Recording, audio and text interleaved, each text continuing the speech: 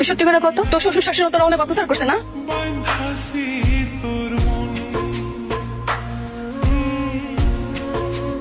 আমি মুখ কামড়ে ছাড়ব না, আমি মুখ কামড়ে ছাড়ব না আব্বা।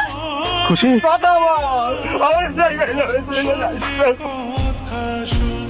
ব্যাপার খুশি, আমি কতবার কল দিলাম, ঠিক আছে তো? ঠিক আছে, আচ্ছা শোনো, আমি ঢাকা এসেছি, আমি গ্রামে আসবো তোমাকে নিতে। আশা লাগবে না, আমি একাই চলে আসবো।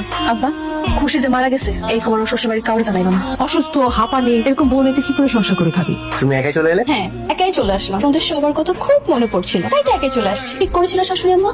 খুব খুব ভালো করেছে বৌমা। আমি একটা মানত করেছি, আর যতদিন এই মানত থাকবে তুমি আমার কাছ থেকে একটু দূরে দূরে থাকবে। কিসের মানুষ? এই যে আমাদের সংসার, আমাদের ভালো মন্দ সবকিছুর জন্য একটা মানত করেছে। আচ্ছা ঠিক আছে। কি এমন ঘোড়া দিবি ওষুধ দিছি যে তুই থাকতে না থাকতে বাড়ি থেকে সুস্থ করে সুস্থ হয়ে বাচ্চা চলে আসলো? আরে আমি ওষুধ তো দিছিলাম, মরে তো যাওয়ার কথা ছিল, কিন্তু মরবে কিভাবে? কই মাছের জান, কই মাছের জান তোমাদেরকে সাথে না নিয়ে কি করে মরে মামা? তুই না বলে ঘরে ঢুকেছে তোর এত শ্বাস করতে হলে তোর বাপের ঘর? হ্যাঁ এ করছিস কেন? সংসারের চাবি প্রশ্নই আসে না। চাবি দিবি নাকি এক করে তোর ঘর থেকে মাথা করে দিব? তাই এই যে এই যে এই যে এবার রান্না করে যা, একসাথে 3-4 পদা তরকারি রান্না করবি। এই কি হচ্ছে? রান্না না করে কি খুজুর খুজুর খুজুর খুজুর হচ্ছে এখানে? এই কি ব্যাপার? না পোড়া গন্ধ বের হচ্ছে কেন? তরকারি পুড়ে কি করছে?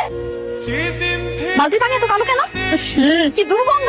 আমাদের কুকুর আছে না, কুকুরের বিষটা। আসলে হয়েছে কি, ওই যে কুকুরের বিষটা আচারে অনেক বেশি ডিমান্ড, তাই বানিয়েছে বিক্রি করবো বলে।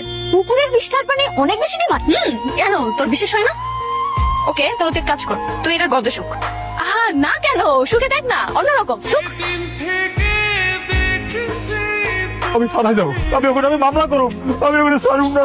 কোনো লাভ হইব না আব্বা, ওরা বড় লোক মানুষ, মান সম্মানের ভয় আইন কিনা দিব। ওপর আমি তিলে তিলে মারবো। আমার বোনের যেই কষ্ট দিয়ে মারছে, এটা 3 ডাবল কষ্ট দিয়ে আমিও করে মারবো।